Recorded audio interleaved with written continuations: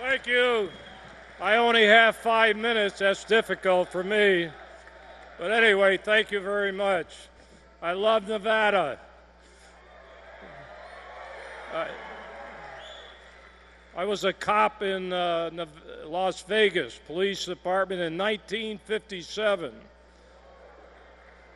I was very young when I joined. But then I became a federal narcotics agent after that assignment in Vegas, and that propelled me into my future to fight the drug traffics. So I was stationed in Turkey, Mexico City, South America, Texas, Arizona, so I do know where the Mexican-U.S. border is. And this is, I have to be careful. This is not a resume on me. I'm here to support Donald Trump. So I have, in my 24 years as sheriff, endorsed and campaigned for 4 other presidential candidates running for office. But this one is a little different, It's not only that we seem to be on the same lane, but he's the best for America in this time and period.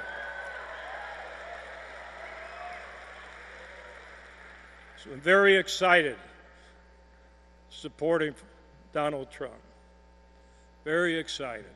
And I hope that all of you are, and I hope that the people will understand where he's coming from and make sure he becomes the next president of the United States.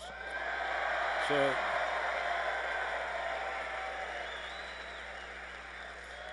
when they say build a fence in Mexico, that's a no-brainer. That's nothing. They can do that in 2 days. So, people say it's impossible. It is not impossible, believe me. I'm not going to get into my experience with G. Gordon Liddy and I closing that border in 1970. It's very important, that border under Nixon. And I'll tell you, the Mexicans bent down when they said they're going to take away their foreign aid. Then they began cooperating with our country. Donald and I are very, very sad in a way because of all the drugs coming across that border. Most politicians will get to the border to get their picture taken in the chicken fence on illegal immigration. They forget that the heroin, all the drugs coming into our country, including Nevada, comes from Mexico. Nobody wants to talk, and do anything about that. As far as the guns are concerned, I love his stance on the guns, especially. And 3 days before California, I went public and said 250,000 people in our area to carry concealed weapons. They ought to use those weapons when you have a rampage in killing people and take the guy down. That's what I said. And when Donald talks about ISIS and going over there, you never negotiate. You destroy them. That's what you do. But what I like about him, he tells it like it is. Most politicians they're very politically correct. Have you noticed that? Nobody says anything. I can never understand. But I understand when he talks, and I think most people understand. Some may not like it, but that's tough. So you got to work hard. I was on the airplane coming in here. I won't say which airline, but I get pretty good support even from the pilots, which makes me happy. But even the, what do you call them now? I call them stewardess. That's how flight attendant, They even come up to me and they whisper in my ear, "Oh, I'm glad you're supporting Trump." Why do they have to whisper? Come on, come right out and say it.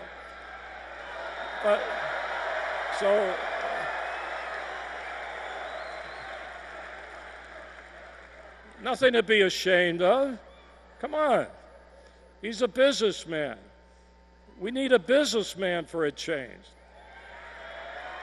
If you ran your business like the government, you go broke in 2 days. So let's get those jobs, keep them here. Why give them away to everybody in the world? I never did understand that. And by the way, when you talk about ambassadors and all this, he's probably the best ambassador we have. He probably knows more about foreign policies and government because he's over there all the time. So I don't have much time to get to tents. By the way, we just reached 500,000 people in the tents that I put up in 1993. So I've had 4 presidential candidates visit me in the tents. 4. And they all lost. I'm trying to get Hillary down here, but she's too smart. She won't come to the tents. I'd even give her a free pair of pink underwear. So you guys don't probably know what I'm talking about. I guess most of you do, right? But anyway, I'm here to support Donald Trump. I'm not going to talk about the Pope in that situation, which affects me. I'm not going to get into that. How they went after me won't let me go in there, the Mexican government, but that's another issue. By the way, I can't get in to see the Mexican officials to help them, but because of all my experience, they won't let me in to talk to them.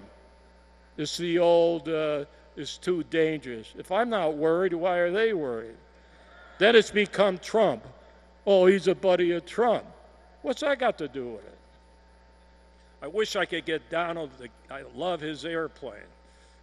I wish we could go together to Mexico City, trying to find a way to do that. At least I'll save an airplane fare. So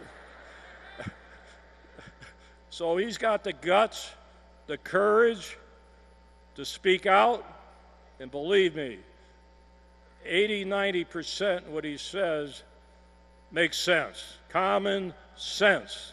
And that's what it is.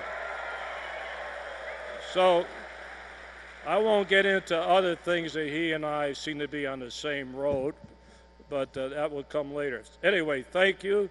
This is a great state, Nevada, and it's a great country for all of you, and it's a great, I see a lot of Arizona people here.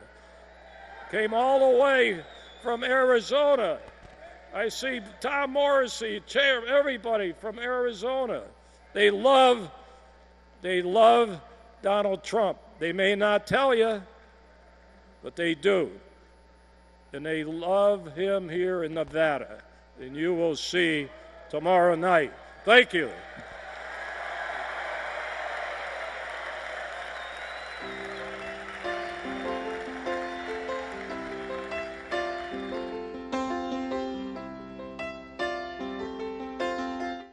All right, that was our own Sheriff Joe Arpaio speaking at the Donald Trump rally in Las Vegas. I'm going to go ahead and clip this so you can watch it as a standalone if you'd like. And we are waiting for Donald to take the stage next. You marry music.